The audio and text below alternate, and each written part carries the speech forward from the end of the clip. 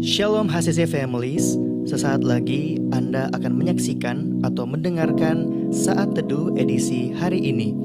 Mari persiapkan hati dan pikiran saudara untuk bersungguh-sungguh mengambil waktu, berdoa, dan menyembah Tuhan bersama-sama. Kami berdoa lewat Saat Teduh ini, saudara dikuatkan dan saudara diubahkan lewat firman Tuhan yang luar biasa. Mari siapkan hati saudara dan selamat menyaksikan. Salam saudara, kita jumpa kembali dalam program Worship from Home dalam edisi Saat Teduh. Saudara-saudara dikasih Tuhan, semoga renungan kali ini dapat memberikan kita kekuatan baru, dapat memberikan kita damai sejahtera dalam menghadapi setiap tantangan-tantangan di tengah-tengah masa-masa seperti ini. Nah, saudara-saudara yang dikasih oleh Tuhan, kita akan belajar dari kebenaran firman Tuhan dalam Mazmur pasal yang ke-62 ayat 1 sampai dengan ayat yang ke-12. Mazmur 62 ayat 1 sampai dengan ayat yang ke-12. Tetapi saya hanya mau membaca ayat yang kedua saja. Demikianlah firman Tuhan, hanya dekat Allah saja aku tenang, daripadanya lah keselamatanku. Hanya dekat Allah saja aku tenang, daripadanya lah keselamatanku. Nah, saudara-saudara yang dikasih Tuhan, saat Daud mengungkapkan isi hatinya ini, dia begitu merasakan pemeliharaan Tuhan di tengah-tengah kesulitan hidupnya, di tengah-tengah masa kesengsaraan yang dialami hari-hari itu. Tetapi dia merasakan bagaimana Tuhan datang membela dia. Nah, saudara-saudara yang dikasih Tuhan, dia hanya merasakan ketenangan hanya di dalam Tuhan. Daud di sini ingin mengungkapkan, ingin meluapkan perasaannya, ingin meluapkan isi hatinya bahwa hidupnya hanya dapat dia alami ketenangan hanya di dalam Yesus, hanya di dalam Tuhan Allah saja. Nah, saudara-saudara yang dikasih Tuhan, hari-hari ini kita mungkin tidak lagi mendengar tentang berita-berita yang bagus. Kita banyak mendengar berita-berita yang buruk. Yang satu berkata ini dan yang satu berkata itu. Kepada siapakah yang kita harus percaya, saudara? Di sini Daud merasakan apa yang kita alami hari-hari ini, saudara. Di tengah-tengah situasi yang sangat sulit, Daud mengajak pikirannya, mengajak hidupnya untuk lebih percaya kepada Tuhan saja. Di tengah-tengah dunia yang tidak dapat dipercaya, di mana Daud merasakan hal yang seperti itu. Dalam ayat yang keempat dan ayat yang kelima di sana berkata, saudara, berapa lamakah kamu hendak menyerbu seseorang, hendak meremukkan dia, hai kamu sekalian seperti terhadap dinding yang miring, terhadap tembok yang hendak roboh. Mereka hanya bermaksud menghempaskan diri dari kedudukannya yang tinggi. Mereka suka kepada dusta. Dengan mulutnya mereka memberkati, tetapi dalam hatinya mereka mengutuki. Nah, saudara-saudara yang dikasih oleh Tuhan, Daud tidak lagi percaya kepada omongan orang, tidak lagi percaya dengan perkataan orang. Dia hanya ingin percaya saja kepada Allah. Ayat yang ke-6 di sana berkata, hanya pada Allah saja kiranya aku tenang, sebab daripadanya lah harapanku. Hanya pada Allah saja dia tenang, saudara. Dia hanya mengharapkan kehidupannya kepada Allah saja, yang dapat dia percaya satu-satunya. Seringkali dalam kehidupan kita ada berita ini dan berita itu saling bertentangan. Yang satu mengatakan ini, yang satu mengatakan itu. Atau orang-orang yang pintar yang satu mengatakan ini, orang yang pintar yang satu mengatakan yang itu. Yang mana yang harus kita percaya? Kemudian kita kehilangan harapan. Yang mana yang harus kita percaya? Nah, saudara-saudara yang dikasih Tuhan, mari kita datang kepada Tuhan sama seperti Daud, yang hanya percaya saja kepada Tuhan. Dunia boleh berkata yang ini dan yang itu, Tetapi Tuhan berkata bahwa hanya Tuhan saja kita bisa mendapatkan ketenangan.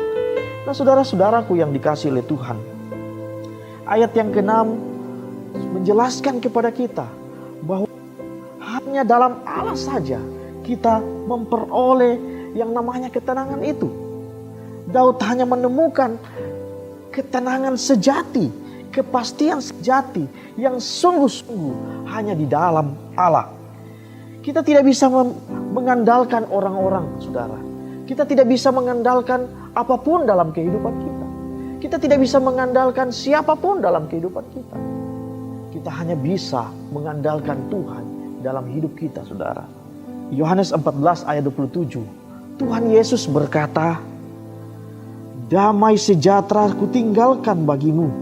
Damai sejahtera kuberikan kepadamu. Dan apa yang kuberikan tidak seperti yang diberikan dunia kepadamu. Jangan gelisah dan gentar." Tuhan menginginkan kita supaya kita tidak gentar, supaya tidak kita menjadi gelisah, supaya kita tidak menjadi takut, sehingga Dia memberikan kita damai sejahtera, saudara. Tetapi iblis berusaha untuk mencuri damai sejahtera itu dari hati kita. Kematian Yesus di kayu salib, saudara, yang baru saja kita peringati kemarin, saudara, telah memproklamirkan kemerdekaan yang sejati dalam hidup kita. Kita sudah menjadi bebas, tidak menjadi budak dosa lagi. Kita tidak jadi hamba iblis lagi, tetapi kita menjadi anak-anak Tuhan yang merdeka, saudara. Nah, saudara-saudara yang dikasihi Tuhan, oleh dan sebab itu Tuhan memberikan kita damai sejahtera. Kita tidak perlu hidup dalam ketakutan. Kita tidak hidup dalam kekhawatiran dalam menghadapi kehidupan ini. Nah, tahukah saudara-saudara, iblis tidak putus asa sampai hari itu, saudara. Dia berusaha untuk mencuri damai sejahtera kita. Dia berusaha untuk menjauhkan kita dari kasih karunia Allah. Dia berusaha untuk menjauhkan kita dari Allah. Nah, saudara-saudara, target iblis itu dapat menjauhkan kita dari Allah. Dan bahkan akhirnya kita bisa membenci Allah. Iblis memang tidak lagi punya kekuatan, karena Tuhan sudah melucuti hidupnya. Tapi dia masih punya cara untuk pisahkan kita dari Allah, yaitu dengan mencuri, membunuh, dan membinasakan. Yang pertama, yang mencuri. Iblis mencuri kebenaran yang ada dalam hidup kita, dalam hati kita, dengan menipu kita. Dengan pikiran-pikiran yang mungkin kelihatan masuk akal bagi hidup kita. Mungkin kelihatan seperti sebuah kebenaran, tetapi pada hakikatnya, saudara, itu tidak benar. Itu jauh dari kebenaran. Sehingga akhirnya kita terjebak di dalam kegelapan. Nah, saudara-saudara yang dikasihi Tuhan, yang kedua, saudara, cara iblis yang kedua, yaitu dia ingin membunuh. Setelah kita kehilangan tujuan hidup kita, setelah dia mencuri damai sejahtera kita, ia ingin membunuh kita, membunuh jiwa kita melalui ketakutan-ketakutan, melalui perasaan-perasaan khawatir dalam hidup kita. Jiwa kita dibuat supaya kita menjadi takut akan masa depan kita. Dia menyingkirkan damai sejahtera itu dari hidup kita, sehingga kita menjadi stres, sehingga kita menjadi depresi. Pikiran kita tidak lagi menjadi tenang. Nah, saudara, yang ketiga, saudara, dia ingin membinasakan hidup kita. Dia ingin membinasakan tubuh kita. Saat kita kehilangan arah dan tujuan hidup kita, saat kita kehilangan damai sejahtera dalam hati kita, dia merusak jiwa kita dengan pikiran-pikiran ketakutan, kekhawatiran, sehingga kita menjadi stres dan depresi. Akhirnya tubuh kita menjadi sakit, kita kehilangan kekuatan dalam hidup kita. Nah, saudara-saudaraku yang dikasihi Tuhan, sehingga saat ini, saudara-saudara, saya ingin menasihatkan kepada saudara-saudara, Bapak Ibu, saudara-saudara yang ada di rumah, untuk mari, saudara-saudara, sebagai hamba Yesus Kristus, saya ingin mengingatkan kita untuk jangan kita biarkan hidup kita lebih lama lagi untuk ditipu oleh iblis. Ciri-ciri hidup kita ditipu oleh iblis itu ketika kita kehilangan semangat dalam hidup kita. bahwa kita tidak bisa lagi menikmati janji-janji Tuhan dalam kehidupan kita. Bagaimana kita bisa melawan tipu muslihat iblis, yaitu bagaimana supaya kita bisa lewat dari atau bebas dari tipu muslihat iblis. Saudara, kita harus mulai membaca kebenaran firman Tuhan, menyelidiki kebenaran firman Tuhan, sehingga melalui kebenaran firman Tuhan kita bisa berakar lebih kuat lagi menghadapi setiap tantangan kehidupan ini. Nah, saudara-saudara, kesempatan hari ini, saudara, kita berada di rumah, bagaimana kita lebih dekat dengan Tuhan. Mari kita bergaul dengan Tuhan dengan cara kita buka firman Tuhan, kita membaca firman Tuhan, kita merenungkan firman Tuhan dengan keluarga kita masing-masing, saudara. Bahkan kita sama-sama berdoa lebih dekat dengan Tuhan, lebih intim dengan Tuhan. Nah, saudara-saudara yang dikasih Tuhan, kiranya renungan ini memberikan kekuatan yang baru dan semangat yang baru bagi kehidupan kita. Mari kita tundukkan kepala, kita berdoa.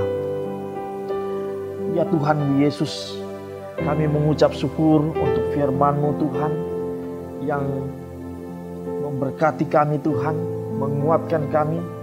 Kami berdoa setiap hamba-hamba-Mu, setiap anak-anak-Mu yang ada di rumah, yang mendengarkan kebenaran firman ini, yang menyaksikan tayangan ini Tuhan, Engkau berkati kehidupan mereka di tengah-tengah kegelisahan, di tengah-tengah ketakutan, di tengah-tengah kekhawatiran akan masa depan mereka, akan keadaan yang mereka alami hari-hari ini Tuhan. Biarlah melalui firman ini Tuhan, mereka semakin dikuatkan, mereka semakin dikuatkan, semakin dekat dengan Tuhan, dan Tuhan memberikan harapan yang baru bagi kehidupan mereka Tuhan. Terima kasih Bapa. Saat ini juga hamba berdoa bagi jemaat-Mu yang mungkin saat ini ada dalam keadaan sakit.